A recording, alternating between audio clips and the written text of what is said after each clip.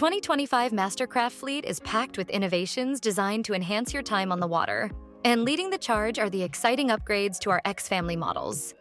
The helm of each X model has been completely redesigned, delivering our most luxurious captain's experience to date.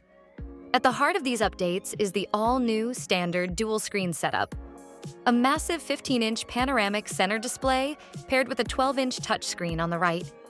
These screens are not only larger than ever before, but also more intuitive, thanks to a fully reimagined user interface that's designed to immerse you in your boating experience like never before. A standout feature of the new helm is the ability to display the camera feed in full-screen mode on the center display, giving you a crystal-clear view of everything happening behind your boat. For 2025, we've also introduced a large countdown screen to assist with wave transfers, seamlessly counting riders down from 3 before switching from one side to the other. Additionally, factory foiling presets and a rudder position sensor are now integrated directly into your X model display.